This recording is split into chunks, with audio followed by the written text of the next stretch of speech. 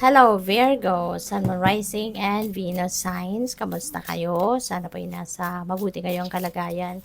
Welcome back po sa Star Tarot at kung bago kayo rito, welcome din po kayo. Please subscribe, like, share my videos and leave me a comment kung nakaresonate kayo. Thank you. So Virgo, first card, we have cracked cup, dissatisfaction with life. Ayan, so meron siguro kayong expectation na hindi na-achieve. Meron kayong ine-expect na bagay na hindi yun ang nangyari. Kaya parang ito ang naramdaman ninyo. We have fun, romance, celebration party. Pwedeng meron kayong isi-celebrate dito that could be related to your romantic relationship, no? Baka meron kayong isi-celebrate na anniversary, monthsary, mga ganon.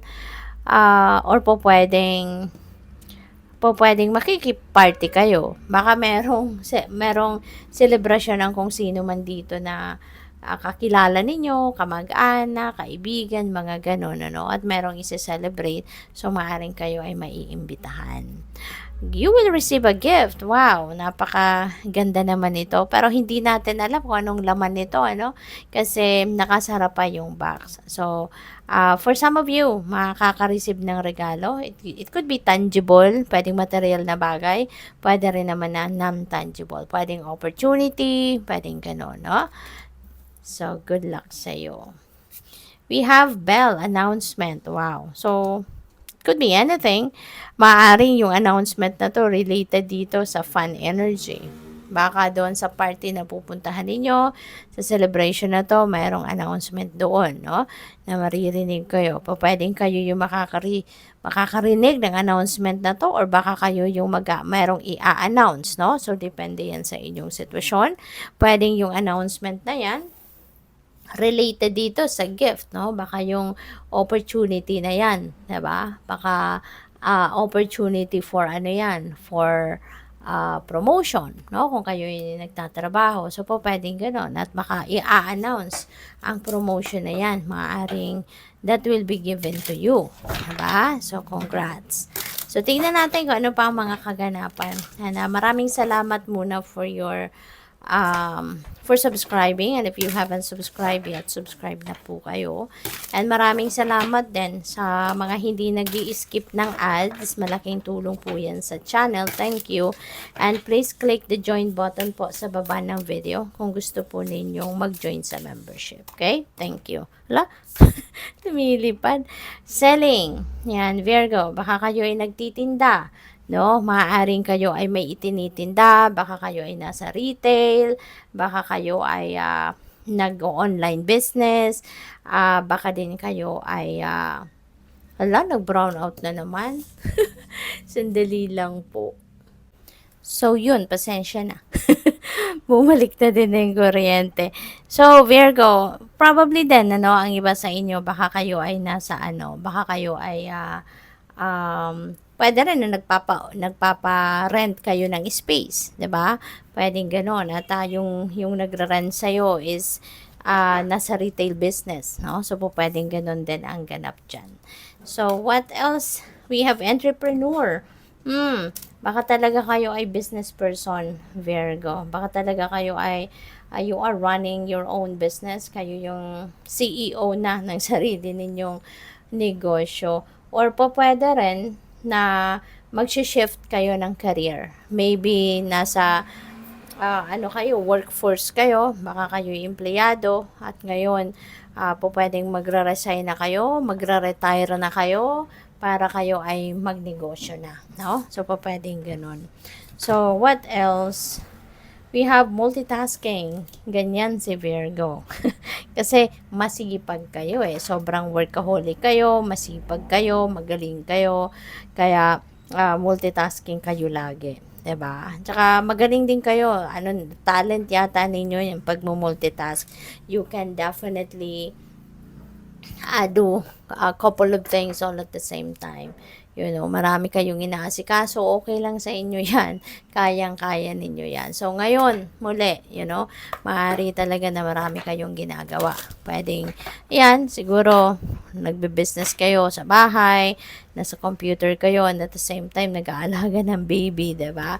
Or maaaring ang iba sa inyo habang nagluluto, 'di ba? Meron din kayong ginagawa sa computer ninyo.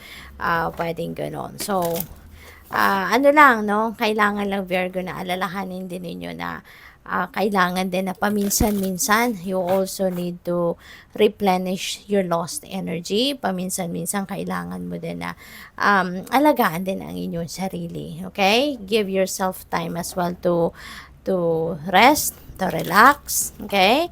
At bigyan din ninyo yung sarili ninyo ng time to breathe, alright?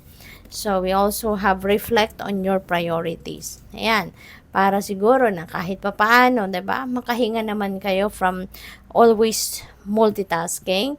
Dapat alam din ninyo kung ano talaga yung priorities ninyo. Reflect on your priorities para nang sa gayon, ma-manage ninyo ng mas maayos ang oras ninyo, 'di ba?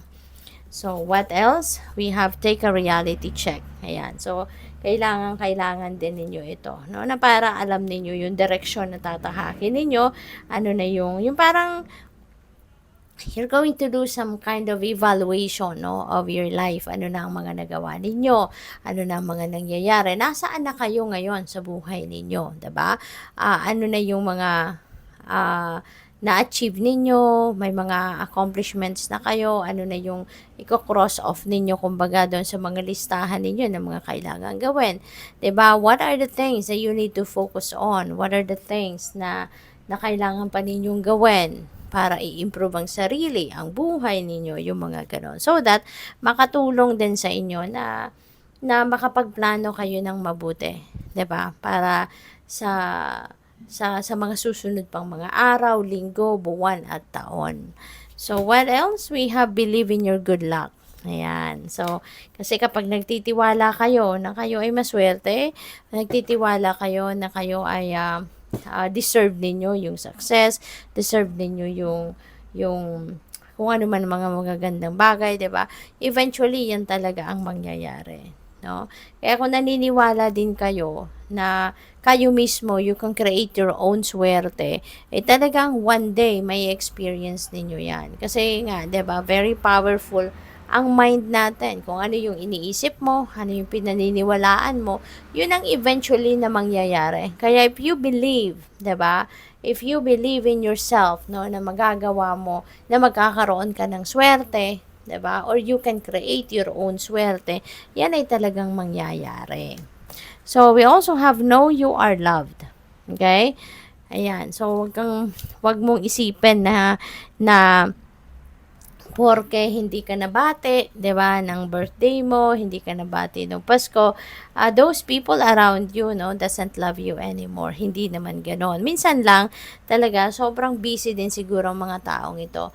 Kaya nakakalimutan nila ng mga importanteng araw sa buhay mo, 'di ba? Yung ganoon. But you know what? Don't think that you are not loved because you are. May mga kanya-kanya lang talaga tayong may kanya-kanya lang tayong pamamaraan, 'di ba, ng pagpapakita or pagpaparamdam ng ating pagmamahal sa mga loved ones natin. Meron mga tao, 'di ba, na hindi expressive, may mga tao na hindi ang tawag dito, hindi bulgar magpakita ng pagmamahal. May mga gano'n, 'di ba? Meron din naman no, na nagpapakita ng kanyang pagmamahal sa tao through service, 'di ba? Meron nagpapakita ng pagmamahal na maboka, 'di ba? Panay salita, 'di ba? Yun ang pamamaraan nila, no? Depende sa atin. Iba-iba tayo iba-iba tayo ng style. Kaya 'wag ninyong isipin na hindi kayo mahal ng mahal nyo. Okay? Kasi mararamdaman din ninyo 'yan, no, na pagmamahal nila. But sometimes, maaring busy lang sila. Pero that doesn't mean, no, na hindi ka na nila mahal. So, good luck sa'yo. Thank you for watching. Love and light. Namaste.